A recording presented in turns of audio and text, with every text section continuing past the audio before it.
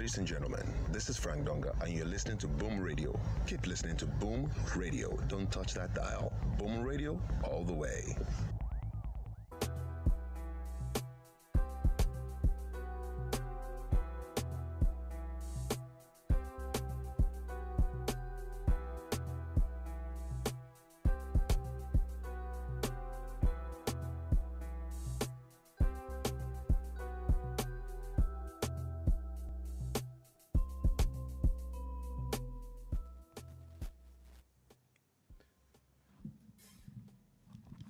Good morning, good afternoon, good evening. My name is Oladolokwa, and it is the Boomwa right here on your Boom Radio NG. My name is Shola Rogers. Thank God it's Friday.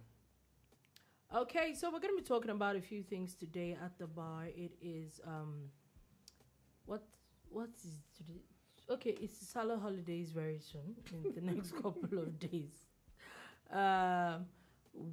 We do not know which day it will be because Minister of what's his name now? Minister of Public Holidays. Interior. Maybe the man is trying to actually be careful. Remember the last time that he announced World Public Holiday like that, and then he had to bed, and then they had to he add one more day to the holiday and all that. So maybe they're trying to be careful, but Uncle, there's no need. We already know when the holiday is. Just announce and let's move on. Anyway, there's a holiday to we don't know when, if it's Monday or Tuesday, but is it just one day? It's always one day, Abby. It's always 2 days. Anyway, there's a holiday. Also, Kano governor has been ordered to pay 10 million naira in damages to the deposed emir. Now we don't even know which one is deposed, which one is not. But anyway, they are trying to say what they are doing, whatever it is they're doing in Kano. We're going to get around to that. It is New Music Friday, so we'll also get around to it. And sports, there's a lot of sports to talk about, from the Super Eagles to the Super Falcons. Then there's Euros. Euros is starting as well.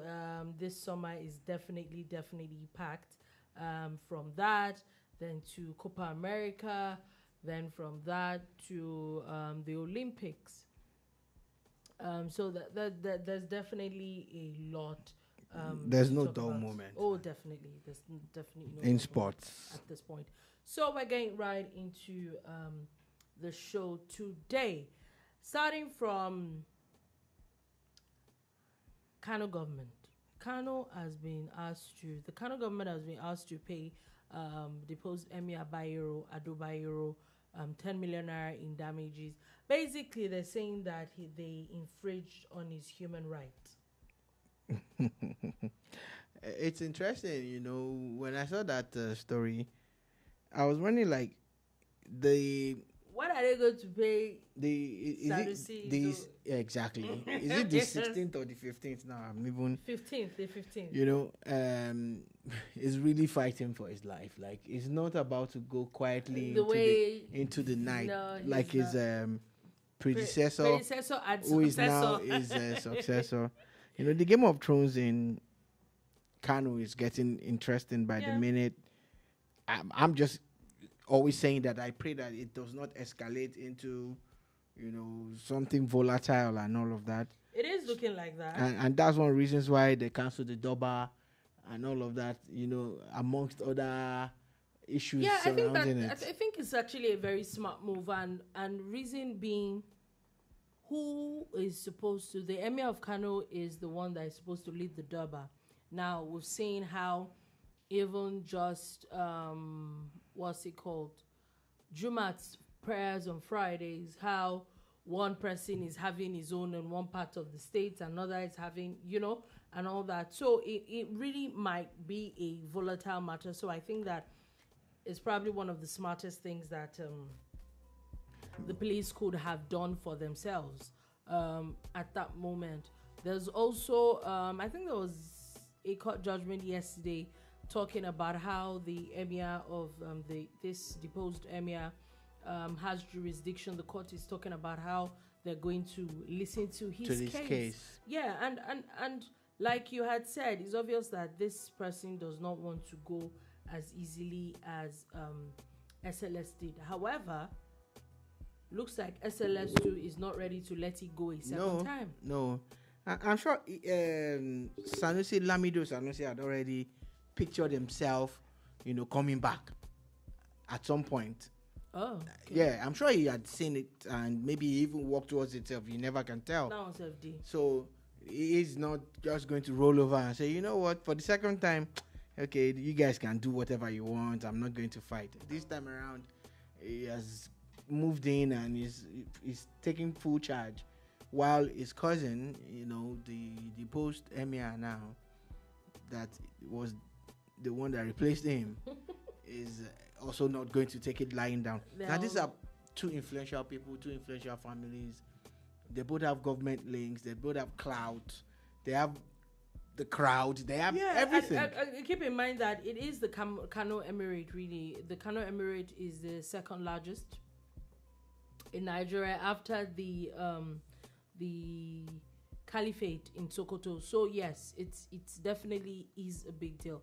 I just hope and feel that in all this, it definitely is not traditional anymore. It's definitely political. Extremely political. But I hope that at the end of the day, everybody puts the state into consideration. Yeah, because at some point, you must consider even tradition. And I've been lamenting. I'm sure I sound like a broken record now. How they've allowed too much political influence, to erode the strength of the traditional institutions. You saw it in even in the Southwest, where governors can just wake up one day and remove someone or make someone a king overnight, and I'm just not happy with it. I'm just not happy with it at all. And sad part is there's really nothing we can do. There's no way you can remove those powers from the governors. At least not until there is a constitutional amendment to those things. And the Durbar used to be like the highlight for the people in Kano. The highlight of those things. It's like Ojo Olorunleke in Ijebu. That's a day after Salah. A day after Salah, yeah. And it's arguably the biggest Ijebu event in the world. It's like the Durbar too. People travel for it. Even people come from outside Nigeria to witness it, make videos. However, and some form of tourism. It has been cancelled. Yeah. Anyway, let's go. Safety first, man. Safety first. Maybe we should just talk about courts, because also a court sitting, appeal court, as SAD that is ready to listen to the drama that is happening in the River State, has now ordered parties to maintain status quo. What is status quo? Now, yeah, you have to be very clear. That's the problem now. What's the definition of status quo is what we do not understand. However, the case is that the what's it called now? Whose case is this one now? The 25 or 27 at this point. They I don't instituted this, Abby. Yes, they so status quo in their own I'm context. I'm even understanding why some you see 25, some you see 27. So status quo as a pro, they said that they should vacate the interlocutory injunction of a high court that empowered the 3-people assembly to now the appeal court has said they should maintain status quo. Meaning, does that mean that the 3-member assembly stays for now? They can't stay because they were not the ones that instituted the case. Do you understand? So it will most likely be something that's gone in favor of the people who instituted the case. It's not a permanent judgment. I'm just saying that maintain status quo pending when this thing is heard. You understand? So it's their own prayers before the courts that we need to look at, before we actually get there. But from the little that I know, that's obviously means that status quo in this context means that the people that Governor Fubara is working with have been told to kind of, just like the other judgment about how those guys are still PDP members, which is maybe what they were counting on, knowing that they did not officially withdraw their membership.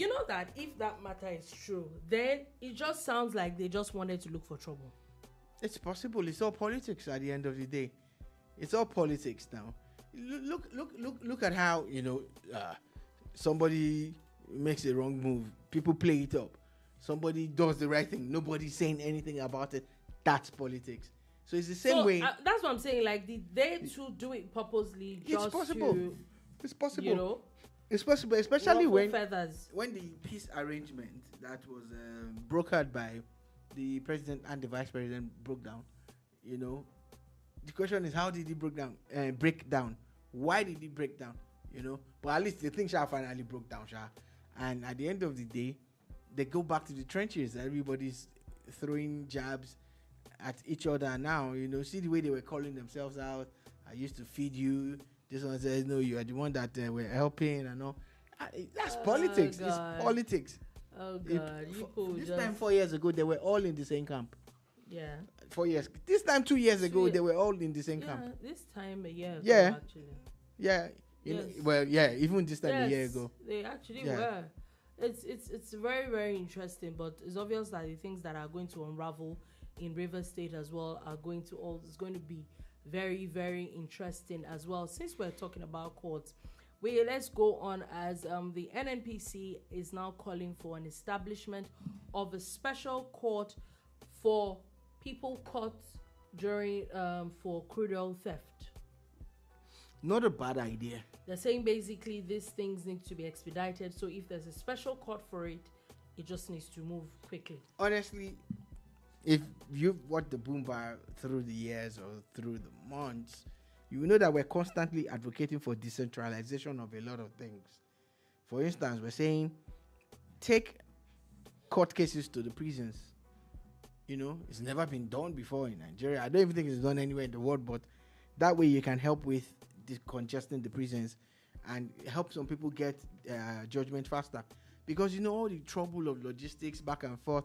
And I always wonder how, honestly, for the life of me, there's some things that lawyers do that just makes me wonder, like, you don't want this case to end. Someone goes I think so. for a case, and after they've done their opening arguments, they'll give them 6 months, give them 3 months. I'm like, why?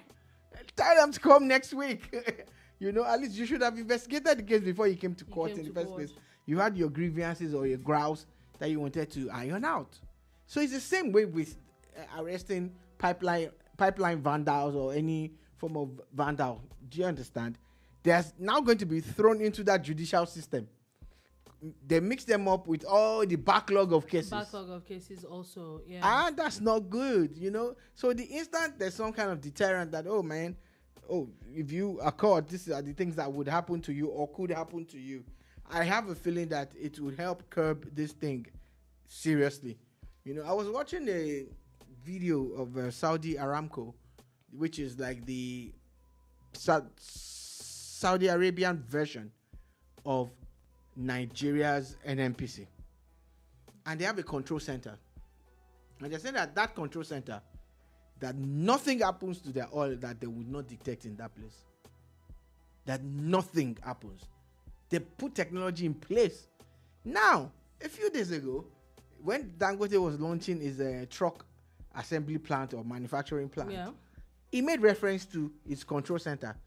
And he said it's state of the art, that it's the best in the world, that you won't even find it in Saudi or any of those places.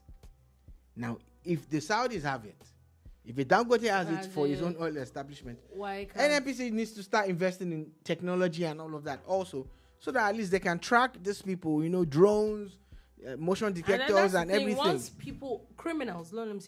criminals know that they can't do something, they probably move on to something else. Yeah. Just stop. And now that we talked about, pipeline vandalization, and I brought in the Saudi Aramco thing, something happened 2 days ago. Okay. And I am shocked that the world is not talking about it.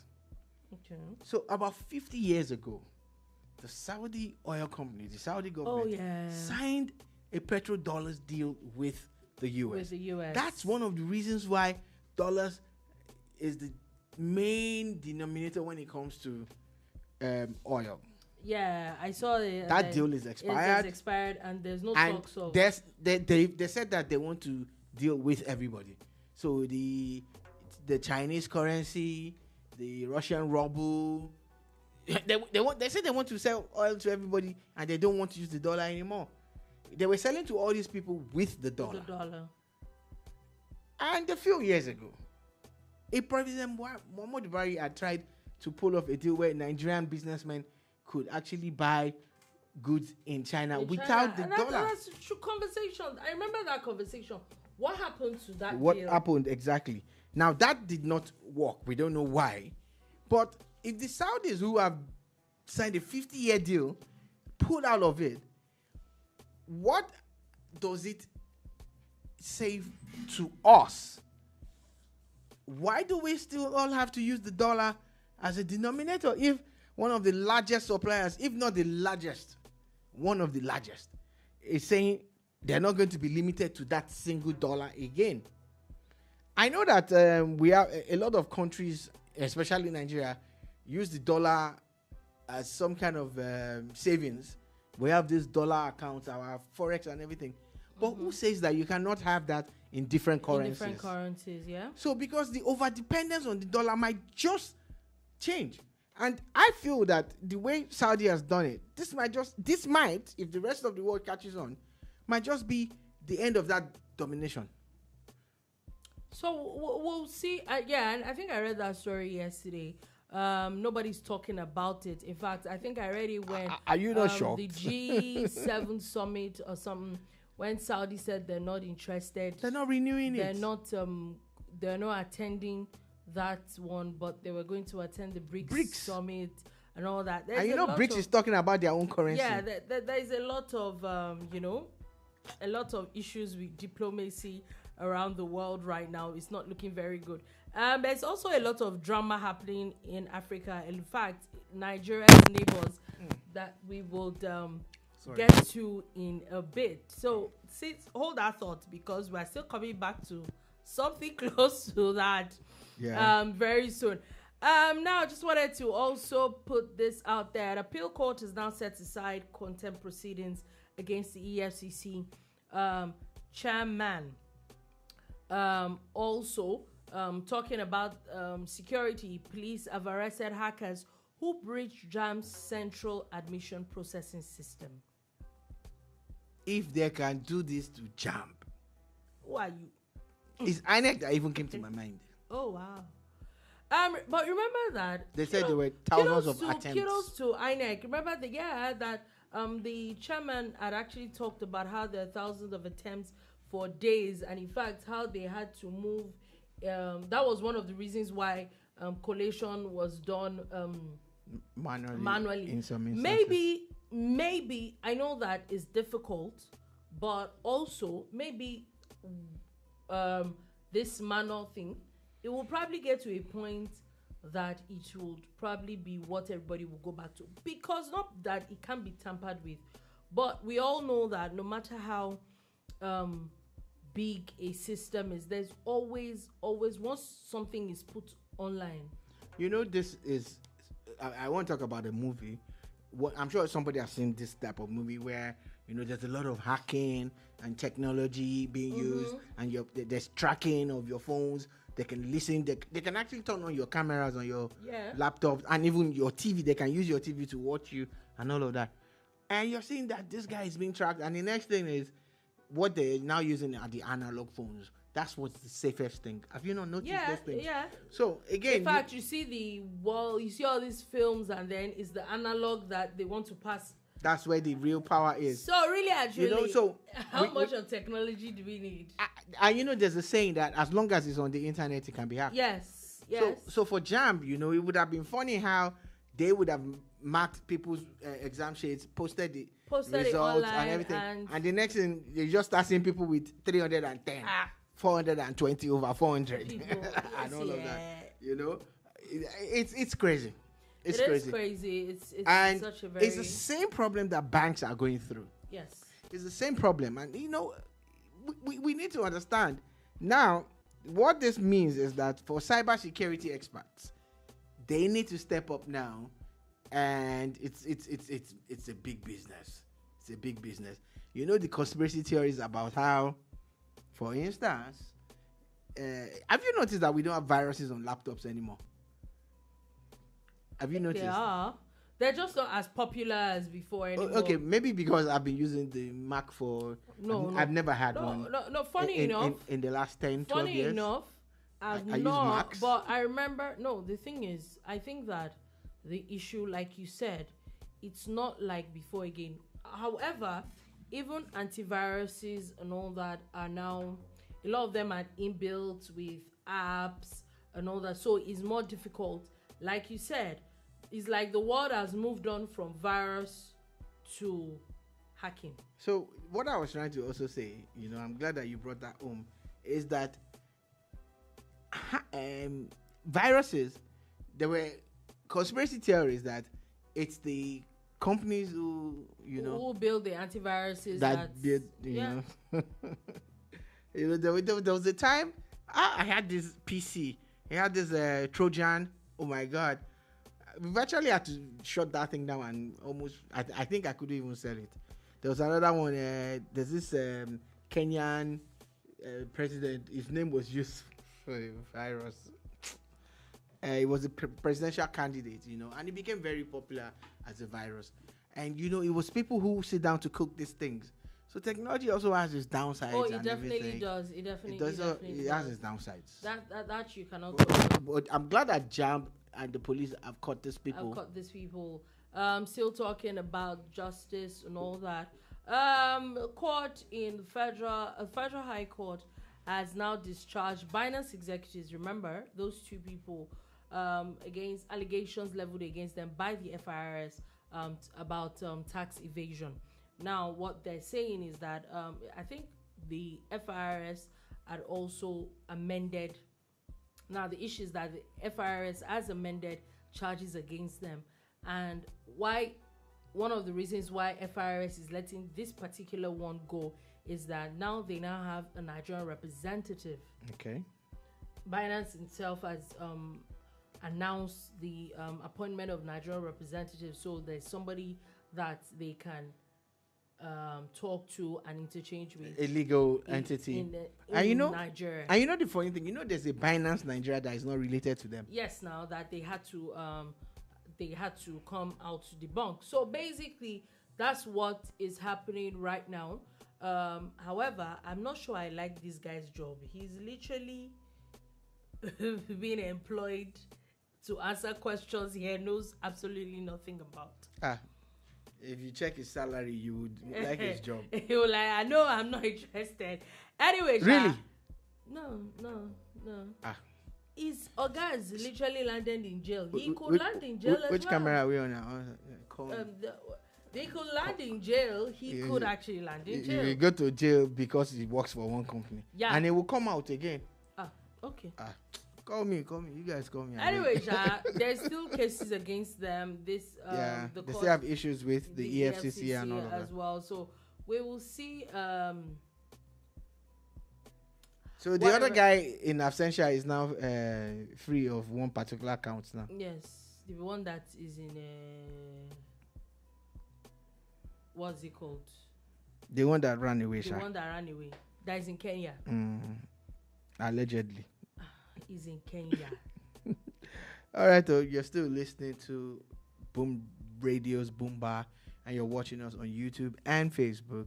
Remember that we'll actually appreciate if you like, comment, and share our posts. Thank you.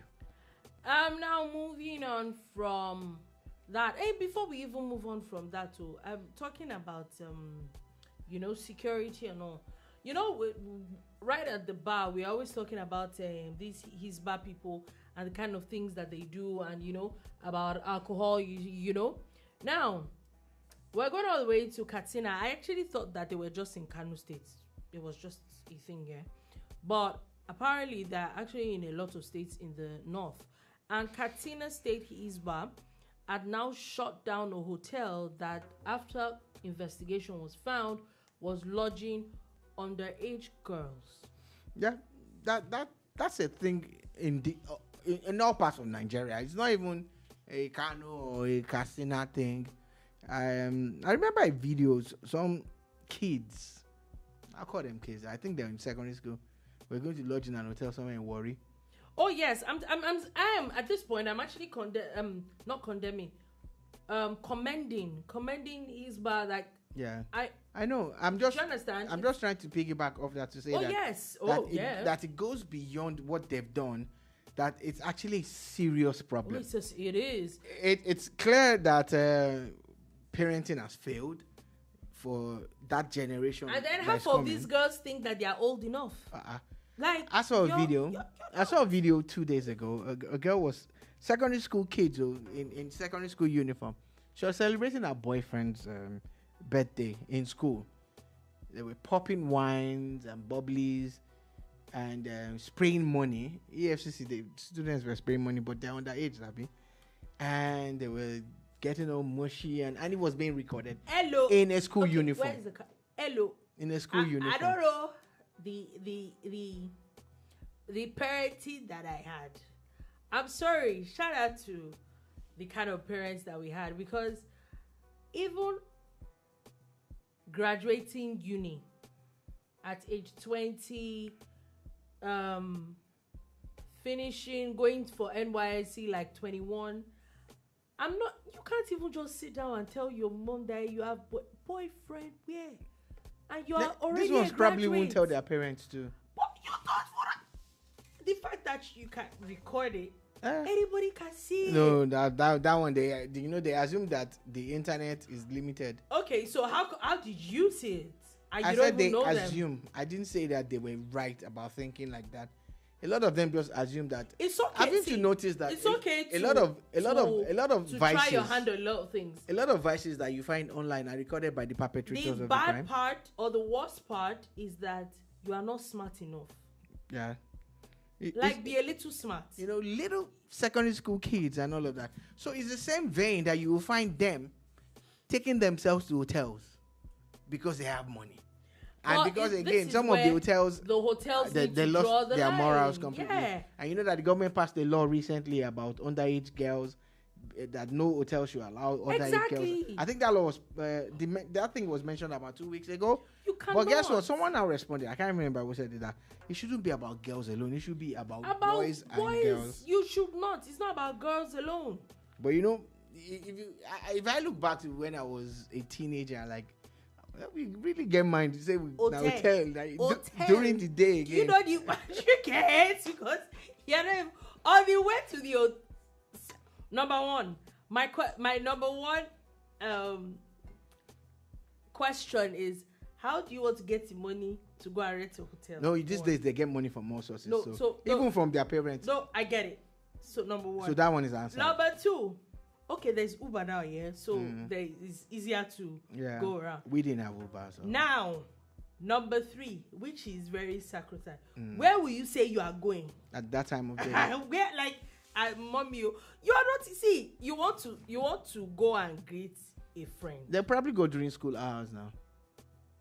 Which school did y'all go that you go out during school hours? Let me know, Sha. You say that our time too, Sha. What school did y'all go? People used to leave during school hours. How? For different things. How do you want to do it? Not like I was part of them. I just I see them when they are... I don't know how people did it. Maybe I would say maybe the kind of school I went to. But how do you... But there was more monitoring then too. Not even by your school alone now. But by parents on the street. That's even then where the I was school, the local education district, if they catch you. That's where I was even getting to. Number one, where will you say you're going to, or how will you get there? Let's say for some streak of luck, you have the opportunity to actually go. Are you not scared that you will see somebody that knows you, that knows your parents, that be like, if this person nabbed me, I'm finished. Do you understand? So when you think of all those things, you will just sit down. To now go to a hotel, are you kidding? And then, like you said, these hotels, all in the name of making money. I get it that a lot of children these days have, what's it called? A lot of them don't even look like their ages. I agree. But to a large extent, you will have to be 18 to have a PVC. You have to be 18 to have a driver's license and all that. But so where is your? I think it's just moral decadence. Like, I have a friend who he has a baby face. He looks very young, and even as adults, those days when we used to go to the club, they will still stop him. They'll still stop him, and he's older than some of the people that they are waving in. Do you understand? That's how strict things were then. So you notice that there's this laxity now, and that's what's happening. So apart from the greed of some hoteliers, it's also the fact that, you know, generally a lot of us have looked away from our morals and trying to do things the right way. Then it's when it finally gets bad that, then you now start making too much noise about it. It's just that's when there's justice for somebody hashtag something. I beg. Anyway, INEC has officially published a final list of candidates for Ondo governorship elections. Yeah. At least all the guys who are the usual suspects that came out are still there. There's no controversy about anymore, I think. Yeah, there's none actually about if any of them that wanted to come out and everything. The controversies that existed were intra-party. There was no primaries per se that was being contested like that with INEC, as against, you know, what obtains in Edo State, where Labour Party claimed to have two primaries and all of that. All of them. The APC had 2 candidates at some point. The PDP, I think they still do. No, but they didn't have 2 primaries. Oh, they didn't have. Do you understand? No, the PDP had 2 primaries. No, the Labour Party and PDP had that in Edo, but Ondo doesn't have that. Oh yes, that's what I'm saying. Yeah, they did. However, there's 17 political parties contesting. There's 17 governorship candidates.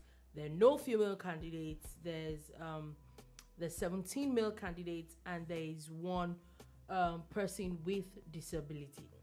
So, off the cuff, how many of these guys are going to step down for either the incumbent or a top contender in the PDP? I don't know.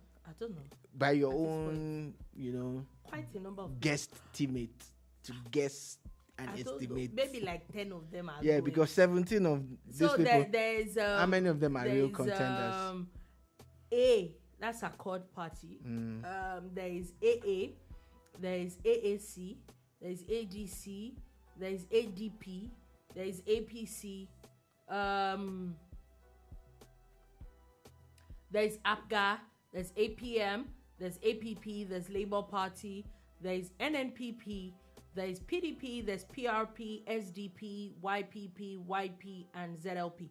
So I'm guessing, basically, according to what we've seen in the last couple of years in Ondo State, we're going to be seeing a lot of most of votes maybe from the APC, the PDP, the ZLP as well, and maybe SDP. I have a feeling that the ZLP, that's the Zenith Labour Party, would most likely perform better than the Labour Party in.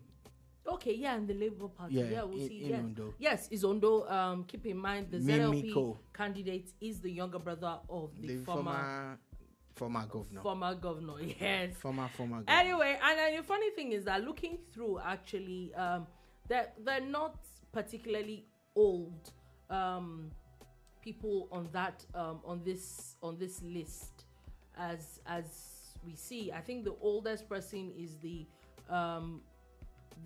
candidate of the Accord Party, who's 64. Well, okay, there's a 66-year-old deputy governorship candidate. That is that's for the APC. But the governors, they're actually pretty. They're not. Older than him. There's a 75-year-old. Oh, yeah. Sorry, APM. There's a 75-year-old man. There's a 67-year-old deputy governorship candidate and all that. But when you look at it, most of them are like in their 50s and all, and there's actually a lot of 30s and 40s. So it's not bad. I think we're getting to a point where more younger people are getting into it now, and so we will see what is. And this is not to say that older people cannot govern. Oh no. At least there's no law against it. Yes, it's definitely not. Now I think that the elections are going to be in November. I think it's November 16th. The elections are either November 15 or 16. I'll confirm. I think it's November 16th. Yes, the elections are set to hold on Saturday, November 16, 2024. So if you're in Ondo, or if you are from Ondo and you have your PVC in Ondo, that's domiciled in Ondo, maybe we really should actually keep do a lot of these activities. It's something that we should do. Now, moving on from that, let's move on from that and let's go to a bit of international news before we do a bit of sports. Now, like I said, remember there was a conversation that you had talked about earlier, and I said we're going back to. Looks like, okay, Bukola Medubi says we shall be there. All right, no problems. Now,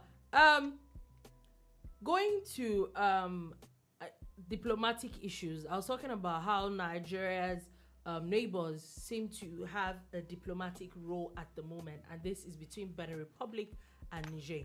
And what is supposed to have started this drama? So this drama is said to have started when Benin Republic, I think it basically started from the cool issues, and Benin Republic is having none of their cool drama, and they're talking about okay, Bukola Medubi says, please bring Uncle Talk so we will inform him. He will be informed. He will hear. He will hear.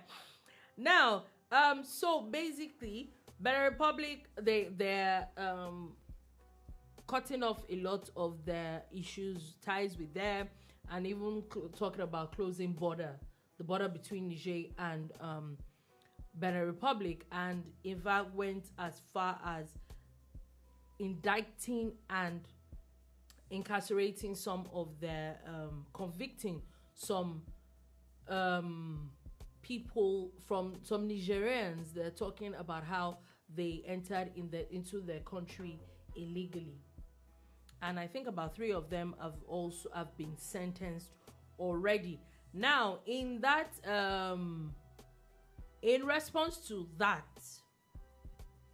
Niger has now shut off oil taps to Benin Republic. Okay, it's funny, diplomatic rows would always happen like this. But the interesting thing about it is that Niger, they have oil, and rather than route their pipeline through Nigeria, they went with Benin. They had an arrangement with them, and the idea is to be able to, sell their oil, offshore and all of that. And that's the country that they are fighting now. And of course, Nigeria. Keep in mind, Niger is landlocked. Yes, Nigeria would not bounce on them because we're like brothers. No. We're like brothers. The person that was spelling their name got tired. But our own add IRIA. Okay. So but on a serious tip, what it basically means is that in shutting off those tabs, they're also shutting themselves out. Yes. Because it was just a few months ago that they finally achieved their aim of running the pipeline all the way through Benin Republic, to the coast. So this would definitely affect their own projections, also their business or whatever it is that they were planning to do with that pipeline and all of that. I hope that they thought this thing through really well. Yeah, but let's see how it plays out. My own is that whatever it is, shall don't escalate. That's my own. Yeah, you shouldn't. They shouldn't, though, because look, we're neighbors. So any escalation on any part of Benin or Nigeria will bear the brunt. Well, we'll see where all this drama is going to. Now, moving on from that, moving on to another interesting drama that is happening. As Ghana has now announced that there's going to be 3 weeks power cut. Basically, not complete power cut. There's going to be load shedding. Why? However, there is a lot of shortage of gas supply from Nigeria. So they get a lot of their gas that is used to generate power from Nigeria, and they're saying that the company is not giving them as much gas as they would need, and that they're undergoing some maintenance. And keep in mind, there is I'm not sure if it's an executive order, how that there's supposed to be, is about 6% of whatever that is available that can be sold out. So shout out to Ghanaian people. So we are still the ones to provide everything that you want, and then your mouth is still big. Nigeria is one of the richest countries when it comes to gas deposits in the world. We're currently setting up that AKK gas pipeline, and also talking about the one that's going to go to Morocco, which is going to be one of the most creative attempts at pumping gas across an entire continent. The idea is that pipeline might eventually terminate in Europe. You get, which of course will be entering into Putin's space. Let's leave that for now. Now, on the funny side, or on the jocular side, so Ghana, all this flexing and flexing. You have like, it's our gas. It's our gas. Okay, I should stop laughing. Okay, you guys. Now, Charlie, you have to respect us. We're responsible for your power.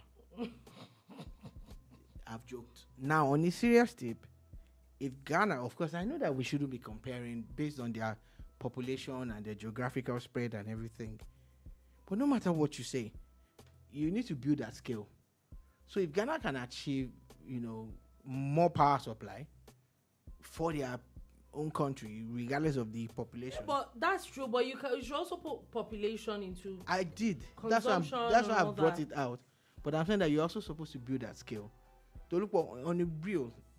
We shouldn't be having power issues. All the while when Nigeria was flaring gas and everything, if we had been channeling our gas properly, and we have been building thermal gas generating, power generating sets across Nigeria, if we had been expanding the transmission lines and basically decentralizing, the distribution lines, do you think that we'll be struggling? We'll still have issues. Now, we're talking about trying to get 5,000 or 6,000 or 10,000. But at least no matter what happens, Ghana is smart enough to buy gas from you to provide power for their people, and they have power a lot.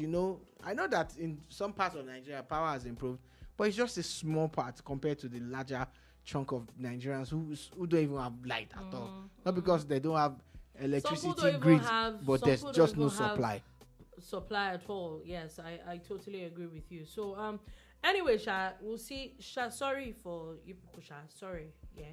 Anyway, still talking about Nigeria's neighbors. Niger's a court in Niger has now lifted the immunity on the ousted president Mohamed Bazoum.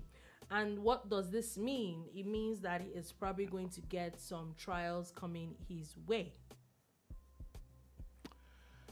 It's been a year now, or thereabout, since he's been arrested and detained and all of that. And honestly, this is the problem with military rule. I see a lot of young Nigerians saying they would rather have military rule. And I laugh at them like, look at it now. You can actually hold someone for a year. No court, nothing. And nothing comes out of it. Nothing is going to happen. It's only if they have a change of heart, man. I feel for President Bazoum, but it's a military government. And with the military junta, anything and everything goes. Anything is possible. However, also in South Africa, the president is set for re-election. Remember that there is a lot of drama around it, that his party did not get outright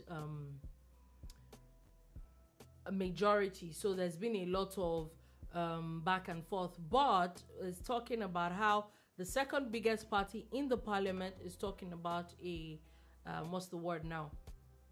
They've pledged backing for him. So it's looking like Cyril Ramaphosa will get a re-election. It's probably the easiest. They still have about 40 something. I can't remember exactly the percentage. They still have the highest percentage. They just did not have the simple majority. The simple majority needed. Yeah. So in South Africa, And this is the first time it's happening since 1994. Yeah, because now there are more parties, more people contesting. Yeah. Before you hear majorly about the ANC and the other one or two parties, but now you have people. In fact, there are strong ANC people who started their own parties, not long ago, and they're doing well. And there's the EFF also. Their structure, their political system works. Is you don't vote for a president, you vote for a parliament, and then the parliament now picks who. Just like the British do. Just like the British, yeah. You know what even shocks me with the old South African elections is that the kind of rally that the EFF had was it last year or 2 years ago? And the kind of things they do. And I've been watching them. They've actually been doing a lot of community. They're better now, but you would have thought that they would have. I thought they were going to win. Scattered the whole status quo. I thought they were going to defeat. And I think they were fourth. ANC. They were fourth actually. Yeah. They were fourth. They went all the way. So at times, even with Nigerian elections, I think that's when you realize that rallies, parking stadiums, and all that is not by crowd at the end of the day. People who's going to vote. Who's going to vote at the end of the day? Now, quickly before we go, let's talk a bit about sports. Now, my people, the South Super Falcons are officially still the best team in Africa according to FIFA rankings. Number one. Still 36th in the world. They're maintaining the position. I think the next after them is South Africa, who's 50 in the world. So it's quite a distance, you know. Yeah. They're still going strong. I think they've been the best since the inception of that. They literally have been holding it down. So I think that's just fantastic. Now talking about that, let's move on from there to the Super Eagles. Yeah, the Eagles. Their president Bola Tinubu, you change our anthem to Nigeria. We hear the it's no longer a rise of compassion. Okay, so what's the problem with that? Can we also change it to Green Eagles again? Okay. Anyway, return us to Green Eagles. WLGB says, at what point might we be able to donate to you guys with super chat or any sort of membership on your channel? Oh, that is so. Definitely, we'll look into it. Thank you very much. Thank you so thanks much. Thanks a lot, we'll man. You're always encouraging. Yeah. Massive. You know. So if Mr. President can be changing to old anthem, can we change the Eagles name back to Green Eagles? The Green Eagles are those ones at least did a lot. Those ones were good. They sabi play past these ones. I'm sorry. I like these guys though, and I know say they go vex for this the way I talk, but I'm just saying maybe when they see Green Eagles, they will be inspired. They will be inspired, you know, by the Green Eagles. They are not super. There's nothing super about this ones. How are we struggling against Lesotho? We can't beat Lesotho. We can't beat Zimbabwe. We cannot beat Benin Republic. They beat us, and we can't beat South Africa anymore. You know, and let's start with the NFF. I think they're a bunch of terrible administrators. Okay. They are calling out a coach. We are breaking the tables. He's played only 2 games competitively. And you're already going to kick him out. You're going to get a foreign technical advisor. Because I've been watching the Olugbo writing the news where she writes technical advice. She don't understand. Say, you have to put foreign there. You understand? But we are forgiven. Now you're going to get a foreign technical advisor. Pay him a lot of dollars and all of that and all of that. A lot. And there are no guarantees. That's the truth. So they want to start with the Nations Cup. So why did you gamble the World Cup qualifiers away? If that was the plan, why did you gamble and play around and say, okay, let's see if Finidi can do it? Then after 2 games, you're kicking him out. You're supposed to stick with him. At least to show that you people knew what you're doing, even if it's nonsense that you're doing. Stick with him. You know, so... At least it was your choice. And now they called out the players. And honestly, you look at some of the players, you're wondering, do you really want to go to the World Cup? Because the way you're playing, bros, and they look at and say whether you get or you don't bet, and they say we go lose. I don't understand. There's something we used to call Rike when we were but I don't know. If you can blame the players and blame the coach, what about the administrators? Why are they always being exonerated? And they're the ones that have built this problem and built this terrible structure that's causing problems. And now Nigerians, they don't even need calculators anymore. Every 4 years we bring now it's scientific calculator that we need. Cost times this, because how do we qualify? How do we qualify? When you looked at the group, all you had to do was just top that group. And that was it. But look at it now. Lesotho, they are ahead of you. South Africa, ahead of you. Benin, everybody's ahead of you. Everybody. Okay, don't be offended. So, I am not. I'm just speaking my mind. And so, honestly, I think that the only mistake I saw with Finidi was that maybe he felt it was time-bound, so he couldn't do it. There was no competition in that team. So when you inherit a team, you're supposed to spice it up with a few new voices and a few new players so that they'll be fighting for position. But when the players know that they can stroll into the team and there won't be any commitment now, so you won't even get the best. So Jamila Ojubedubi says, I've not been watching the friendlies and qualifiers because of what happened last time. Yeah, I know. It's the pain. That thing can pain. The honest truth is, I've not watched them in years now. Yes, I've not watched them. It just sounds like because I've totally removed myself. If they do well, shout out to you people. But nah, I'm quite young. I would like to remain like that. It's painful though. It's painful. Let's leave all talk aside. Oh my God, it's very painful. It's very, very sad. However, Super Eagles goalkeeper and Ojo Olorunleke has completed his move to Sudan. Sudan is a war-torn country. Yeah. And someone in Nigeria feels that it is good enough for him to go to. However, they are better paid there. I'm not saying they're not better paid. It's just I'm just saying that. However, after all said and done, they are better paid there. So what's wrong with us? Is that all he could come up with? I know it could be a stepping stone for him.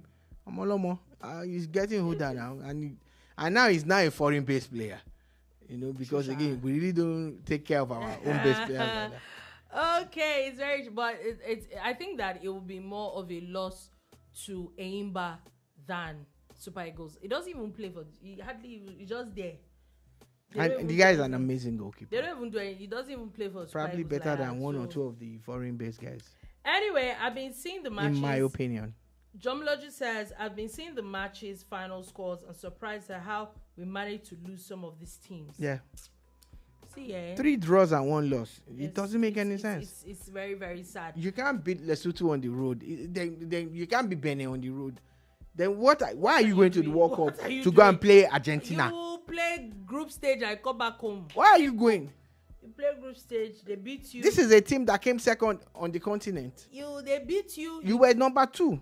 At AFCON a few weeks ago. What bothers me with them is the fact that even if they manage, like you said, even if they manage to get qualification, you will now go and embarrass yourself on the world stage because they'll go and be beating us. You will come back with 0 points. And the NFF should have gotten their Oyinbo from the get. Like you wanted to get a foreign-based technical. You should have gotten him from the get. And then we move. From the get. And we move. And you sink or swim with him.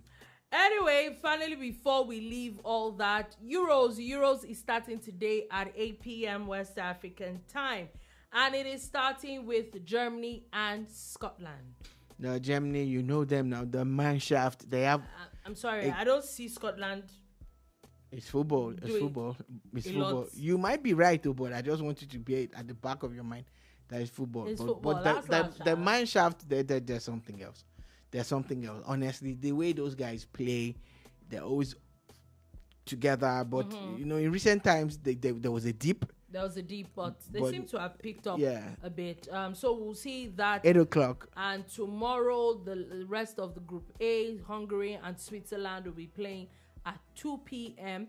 Also, Group B will be playing tomorrow, Spain versus Croatia. That is a fantastic game. I think people should look out for.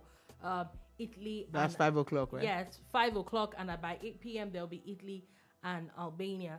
We'll see. We'll see the drama that happens there also through the weekend on Sunday as well. Oh, okay. Drumology says it will shock you. Okay, I wait to be shocked. Yeah, it's football. I will wait to be shocked. Group C on Sunday at 5 p.m. will be... Oh, sorry. Group D is playing first, actually. Poland and Netherlands at 2 p.m. At 5 p.m. West African time is Slovenia and Denmark. And at 8 p.m. is Serbia and England. So those are the games for Euro 2024 over the weekend. So on that note, that is all we will take today on the bar. Thank you for listening. Thank you so much for watching. We'll be back again on Monday at 3 p.m. West African time to give you another wonderful edition of the bar. Thank you so much. Have a beautiful weekend ahead.